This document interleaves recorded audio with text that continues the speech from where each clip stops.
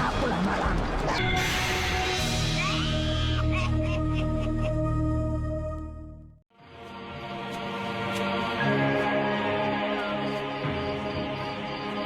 Jatmiko. Mau apa dia ada di sini?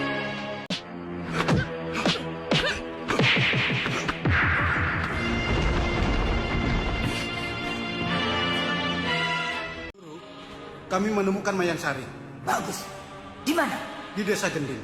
Dia sedang sakit, Guru. Kesempatan yang baik untuk membunuh dia. Tidak usah guru sendiri yang bertindak. Kami juga sanggup membunuh Mayang Sari dalam keadaan luka begitu. Lakukan. Awas kalau gagal. Baik, Guru. Di awal episode ini, kita langsung menuju kepada Mayang Sari yang di saat itu sedang berada di rumah Pak Lurah setelah ditolong oleh para warga karena semalam tergeletak pingsan di bawah pohon besar yang berdekatan dengan sungai. Kini sepasang suami istri penolongnya yang bernama Pak Waras dan Bu Rukmini itu pun telah sampai di tempat Pak Lurah dan menengok Mayang Sari yang mereka akui sebagai saudara agar tidak menimbulkan masalah dan kecurigaan di hadapan warga desa. Ketika ditanya, Mayang Sari pun mengatakan bahwa dirinya pada malam itu sedang keluar untuk mencari tabib sakti yang sebelumnya telah diceritakan oleh Bu Rukmini. Namun dirinya malah terkena celaka. Setelah itu, sepasang suami istri itu pun berpamitan kepada Pak Kuwu untuk membawa Mayang Sari pulang ke rumah mereka. Minggir!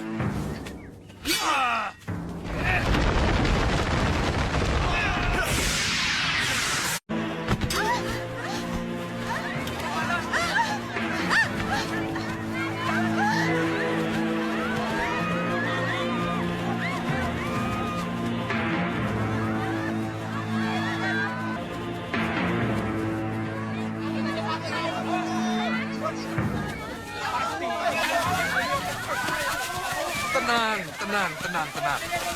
Tenang, saudara-saudara. Dua penyerang ini ternyata bukan warga.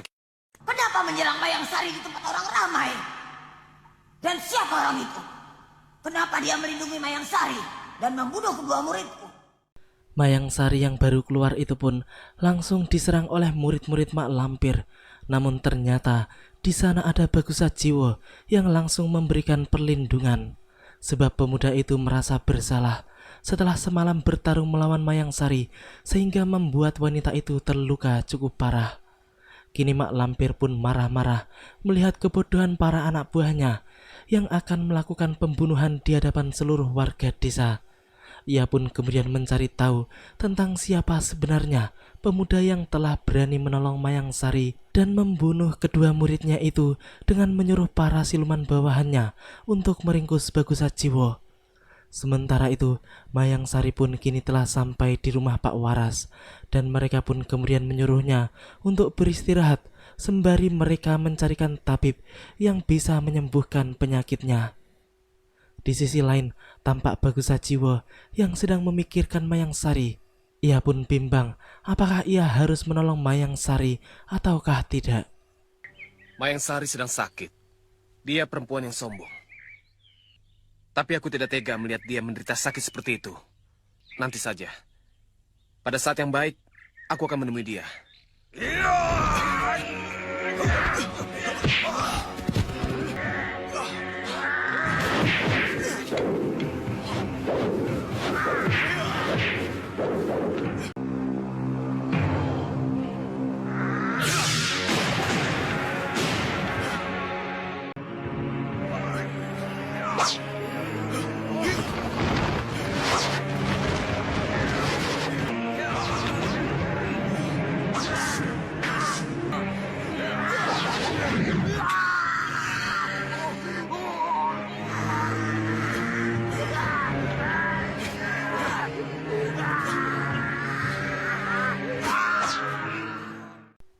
Ya, para siluman murid Mak Lampir itu ternyata tidak sanggup mengalahkan Bagus Sajiwo.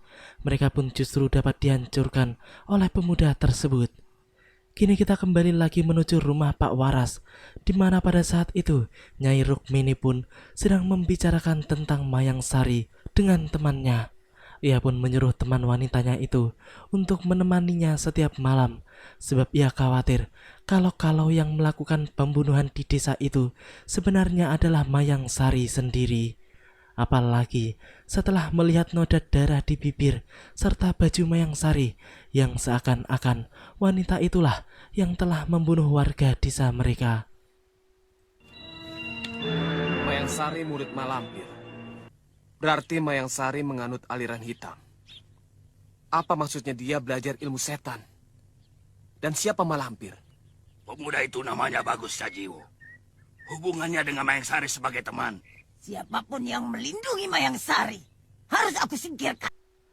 Malam itu, Bagus Sajiwo pun mencoba untuk mendekati kamar Mayang Sari dengan cara sembunyi-sembunyi agar tidak diketahui oleh orang lain. Namun, ketika ia hendak mendekati jendela Mayang Sari, mendadak saja muncullah mak lampir di tempat tersebut yang jelas membuatnya kaget. Tampaknya Bagus Sajiwo pun belum mengenal dan mengetahui siapa itu mak lampir, sehingga dirinya pun sementara hanya bisa memperhatikan saja apa yang akan dilakukan oleh nenek tua tersebut terhadap Mayang Sari, sebab sedari tadi nenek yang tidak dikenalinya itu selalu memperhatikan kamar Mayang Sari. Akan tetapi setelah yakin kalau nenek tua itu akan berbuat jahat kepada Mayang Sari, maka akhirnya ia pun memutuskan untuk keluar dari persembunyiannya dan mencegah mak lampir untuk berbuat jahat.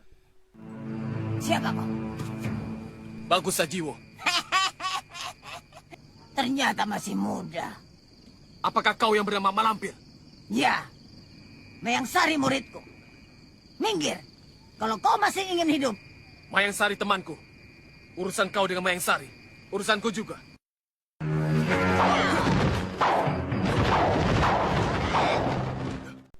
Akhirnya, terjadilah pertarungan sengit di antara keduanya. Bagus Sajiwo yang telah mengetahui siapa orang yang sedang dihadapinya itu pun langsung mengeluarkan jurus-jurusnya yang paling hebat, sebab ia telah mendengar kesaktian mak lampir sebelumnya. Namun walaupun begitu, ia pun tetap saja kewalahan menghadapi serangan-serangan ganas mak lampir, sehingga beberapa kali ia pun harus terkena pukulan telak nenek setan itu.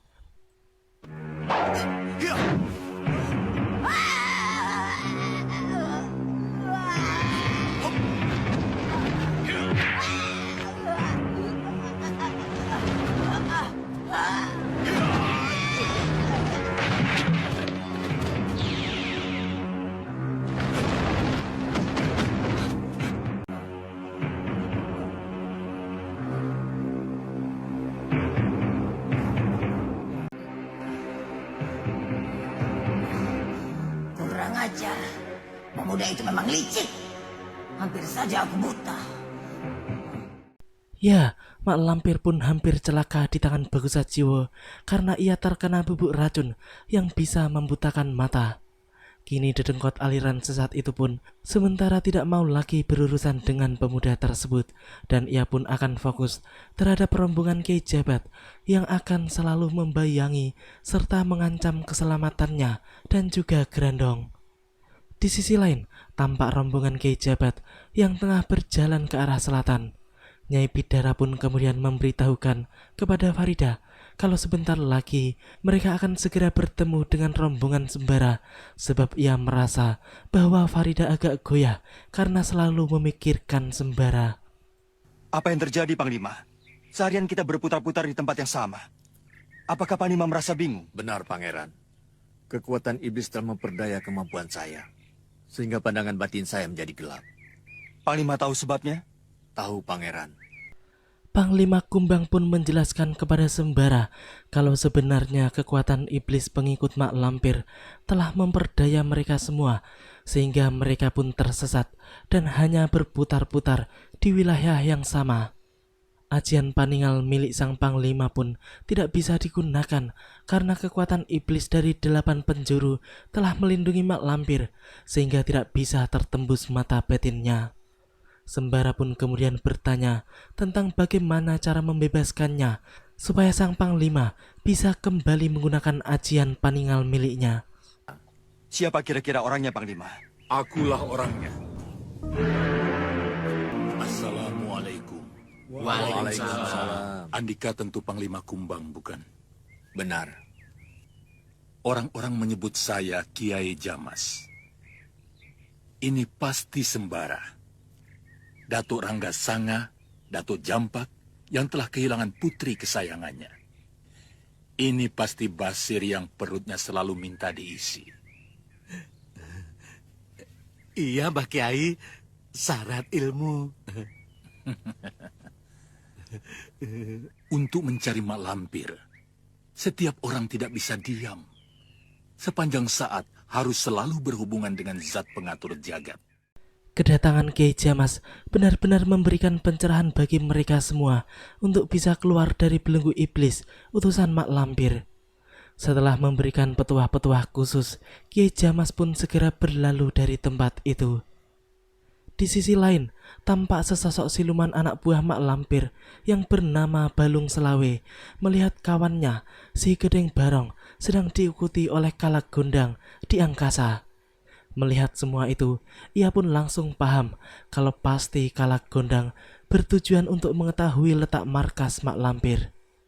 Mereka berdua pun kemudian saling merencanakan untuk menjebak utusan sembara itu ke suatu tempat dan menghajarnya beramai-ramai.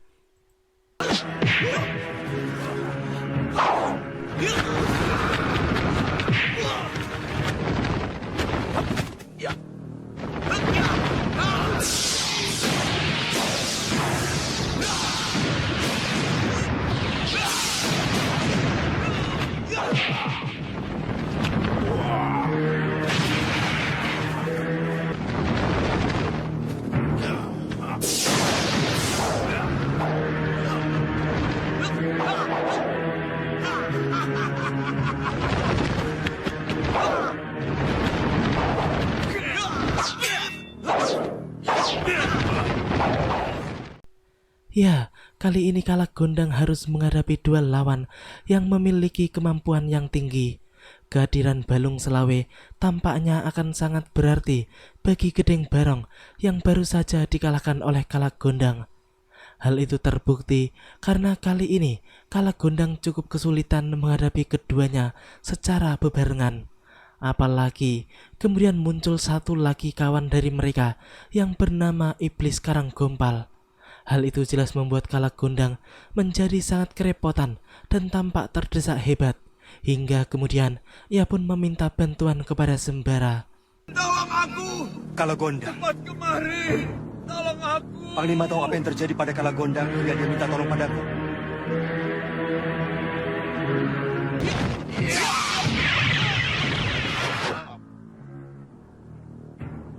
Kalak Gondang dikeroyok 3 orang lawannya, Pangeran. Lanjutkan perjalanan, Panglima. Nanti saya menyusul. Sembara pun segera menuju tempat pertempuran Kalak Gondang untuk membantunya. Di saat itu, memang utusan sembara itu sedang dipakai main bola oleh ketiga lawannya. Ia pun tampak tak berdaya, namun ketahanan tubuhnya pun cukup kuat untuk bisa menahan serangan-serangan yang datang bertubi-tubi itu. Mak Lampir yang melihat semua yang terjadi dengan paso penggalanya pun hanya bisa tertawa penuh kemenangan melihat Kalak Gondang yang dianiaya oleh para sekutunya. Tak lama kemudian, sembara pun datang untuk membantu Kalak Gondang.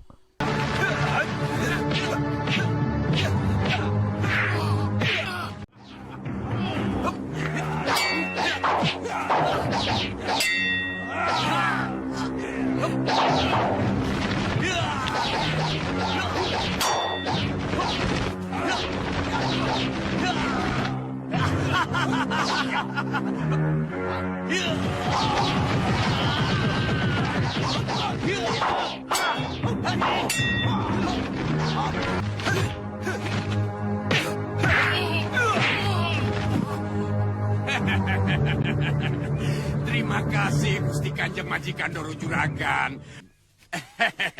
Kenapa kau bisa kalah melawan mereka, Kalak Gondang? Kalah?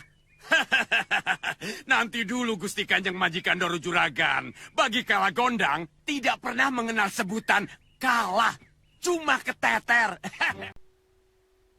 Sementara itu, pasukan Panglima Kumbang yang ditinggalkan sembara pun kini diserang oleh pasukan siluman utusan Mak Lampir.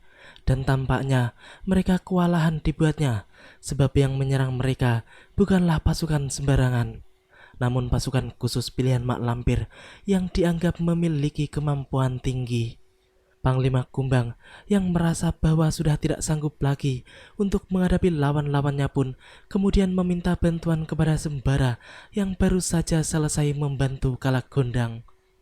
Pangeran, bantu kami, Pangeran. Pangeran. Panglima Kumbang dalam bahaya. Bantu kami Kalagondang. Beres, Gusti Kanjeng Majikan Dor Juragan.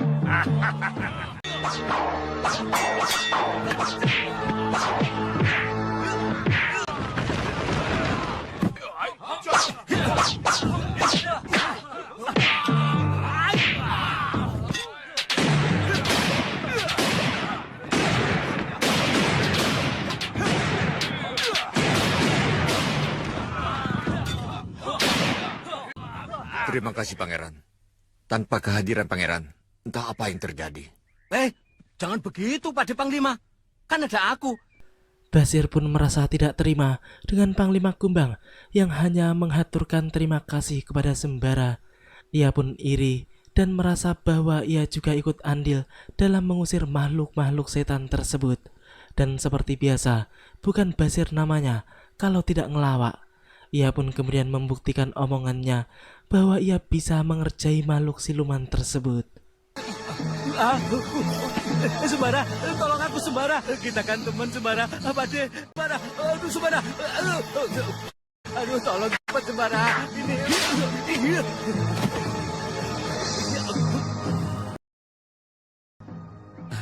Kau lihat gerakanku Sembara? Iya, aku lihat. Kenapa, Sir? Jurus halilintar menyapu awan. Cie. Hebat benar jurusmu, Sir. Luar biasa. Basir. Ya kan, Pak D? Demikianlah alur cerita di episode kali ini. Nantikan kelanjutan kisahnya di episode yang akan datang. Terima kasih bagi teman-teman semua yang udah mau nonton. Jangan lupa subscribe dan share, dan juga nyalain notifnya. Assalamualaikum warahmatullahi wabarakatuh. Dan salam anak 90-an.